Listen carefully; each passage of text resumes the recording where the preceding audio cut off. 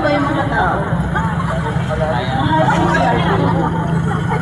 Mahal natin, pero hindi lang tayo. Kami nagmamahal sa kanya. Disappointing niya tayo sa totoo. Isang dahilan kung bakit kukunti din na nakakapunta sa rally, hindi buhay natin. Kung dumating siya, nasurvive natin ang COVID. Sino ba napansin? Buhay tayo dahil sa kanya. Dahil sa kanya, ang daming nagawa. Mga airports, mga seaports.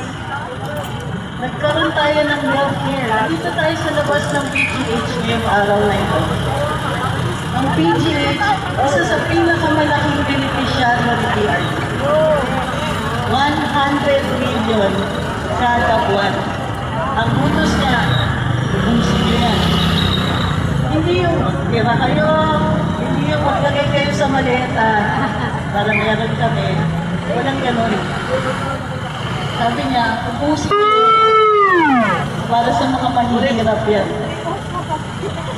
Ikaw yung narinig ninyo, yung presidente nagsasabi, itong pera ng bayan, para sa bayan, para sa tao.